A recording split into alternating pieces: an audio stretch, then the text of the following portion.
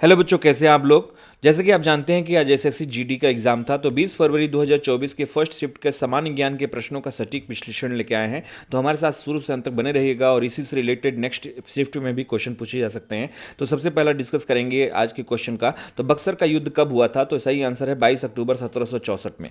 ठीक है, और किन के बीच हुआ था ये क्वेश्चन पूछा जा सकता है नेक्स्ट शिफ्ट में। तो अवध के नवाब सुजाउद्दौला, बंगाल के नवाब मीर कासिम और मुगल साम्राज्य शाह आलम द्वितीय और ब्रिटिश ईस्ट इंडिया कंपनी के बीच हुआ था। और ब्रिटिश ईस्ट इंडिया कंपनी के सेनापति कौन थे? तो हेक्टर मुनरो थे। नेक्स्ट क्वेश्चन पे आए तो करंट अफेयर से क्वेश्चन पूछा था कि भारतीय रेलवे बोर्ड की पहली महिला अध्यक्ष कौन बनी है? तो इसका सही आंसर है जया वर्मा सिन्हा। यह करंट अफेयर्स में मैं पढ़ा चुका हूं पिछले वीडियो में।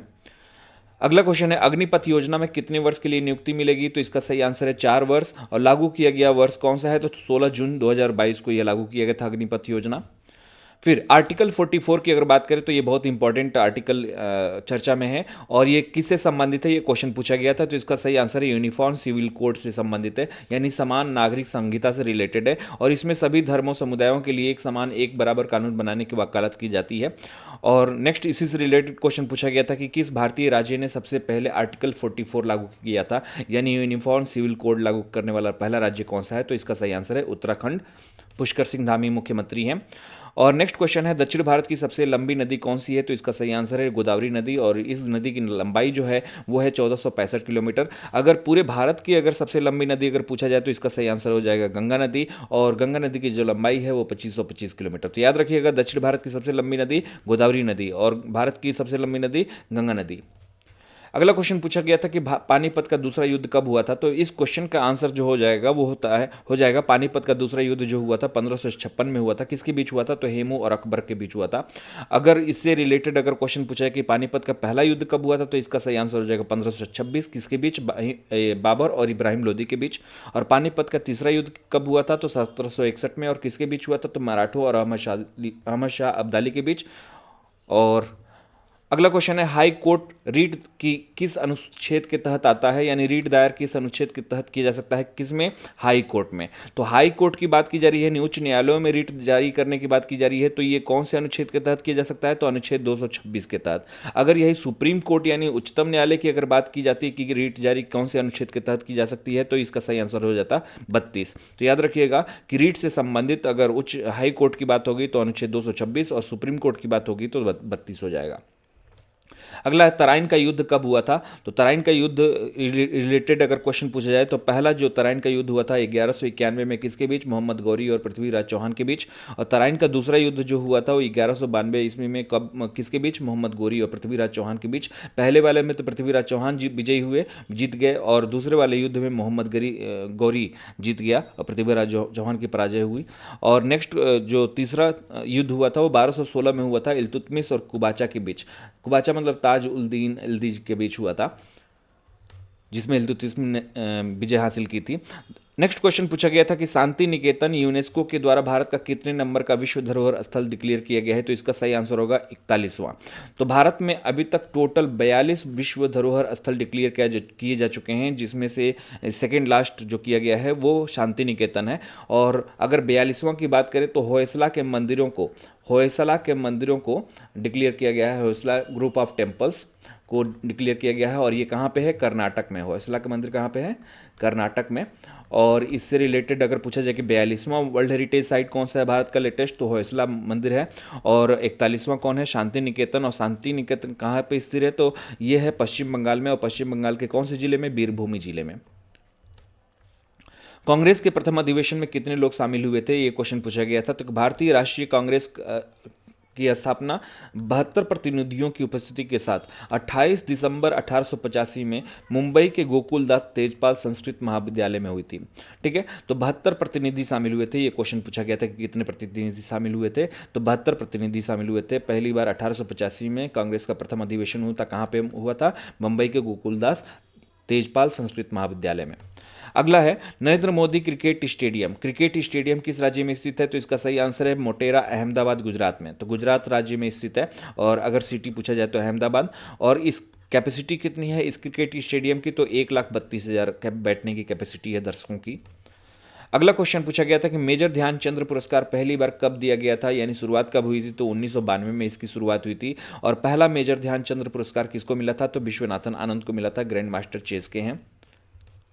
नेक्स्ट क्वेश्चन, ओडिशी नृत्य किस राज्य से संबंधित है, तो इसका सही आंसर है ओडिशा। और कथक नृत्य किस राज्य से संबंधित है, तो इसका सही आंसर हो जाएगा लखनऊ। और अगर सिटी वाइज पूछा जाएगा तो इसका आंसर हो जाएगा लखनऊ। अगर प्रदेश स्तर पर पूछा जाए तो उत्तर प्रदेश, और भारत के क्षेत्र के आधार पर अगर पूछा जाए तो उत्तर भारत। तो इन तीन तरीकों से ये ऑप्शन के हिसाब से पूछा जाता है। तो कथक नृत्य अगर भारत के क्षेत्र के आधार पर देखा जाए तो उत्तर भारत में, अगर प्रदेश के आधार पर देखा जाए तो उत्तर प्रदेश में। ऑप्शन अगर सिटी वाइज हो लखनऊ आंसर हो जाएगा। और कथक की अगर बात करें तो कथा शब्द से ये निकल के ये कथक शब्द आया है। और कथकली कंफ्यूज करता है, कथकली अगर पूछा जाएगा तो इसका सही आंसर हो जाएगा केरल। तो कथकली जो है वो केरल से संबंधित नृत्य है। और कथक की अगर बात करें तो ये लखनऊ से संबंधित या उत्तर प्रदेश से संबंधित नृत्य है, याद रखिएगा, बहुत इंपॉर्टेंट क्वेश्चन है ये। फिर नेक्स्ट क्वेश्चन की अगर बात करें तो राज्य के नीति निदेशक तत्व यानी डीपीएसपी की बात करें तो भारतीय संविधान के किस भाग में आता है, तो याद रखिएगा, बहुत इंपॉर्टेंट क्वेश्चन है। तो डीपीएसपी जो होता है तो वो भाग 4 में आता है। और ये भाग 4 के कौन से अनुच्छेद में, तो अनुच्छेद 36 से लेकर 51 तक ये क्या है, डीपीएसपी के आर्टिकल्स होते हैं। और डीपीएसपी से रिलेटेड एक और क्वेश्चन पूछा गया था कि डीपीएसपी को किस देश से लिया गया है, अपनाया गया है, तो इसका सही आंसर है आयरलैंड। आयरलैंड की अगर बात करें तो आयरलैंड की राजधानी जो होती है वो ब्यूनस आयरस होती है, ब्यूनस आयरस। नेक्स्ट क्वेश्चन है, मोहिनी अट्टम नृत्य किस राज्य से संबंधित है, तो इसका सही आंसर है केरल से। भारत के स्वतंत्रता के समय म्यांमार के राष्ट्रपति कौन थे, तो सही आंसर है सौ श्वे थाइक। यानी जब भारत स्वतंत्र हुआ था तो उस समय म्यांमार के राष्ट्रपति ये थे। बहुत टिपिकल क्वेश्चन है ये। गुरु गोविंद सिंह का जन्म स्थान कहाँ है, तो इसका सही आंसर है पटना में, पटना साहिब। और पटना में किस सिख गुरु का जन्म हुआ था, तो इस तरीके से भी क्वेश्चन पूछा जा सकता है। तो इसका सही आंसर है गुरु गोविंद सिंह, 10वें गुरु थे। नीति आयोग की स्थापना किसके स्थान पर किया गया है, तो इसका सही आंसर है योजना आयोग के स्थान पर। पहले प्लानिंग कमीशन हुआ करता था, फिर 1 जनवरी 2015 को 2015 को नीति आयोग में चेंज कर दिया गया। नीति आयोग को थिंक टैंक ऑफ इंडिया भी कहा जाता है, थिंक टैंक ऑफ इंडिया। अगला क्वेश्चन है, भारतीय उपमहाद्वीप में सबसे पुरानी लिपि कौन सी है, तो इसका आंसर सही क्या होगा, ब्राह्मी लिपि। आप लोग सही करके आए होंगे।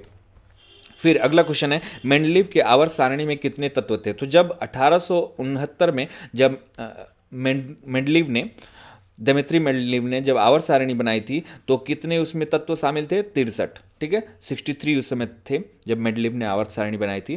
फिर उच्च न्यायालय के न्यायाधीशों को हटाने की प्रक्रिया क्या होती है, तो कठोर होती है, प्रक्रिया बहुत लंबी होती है, कठोर होती है।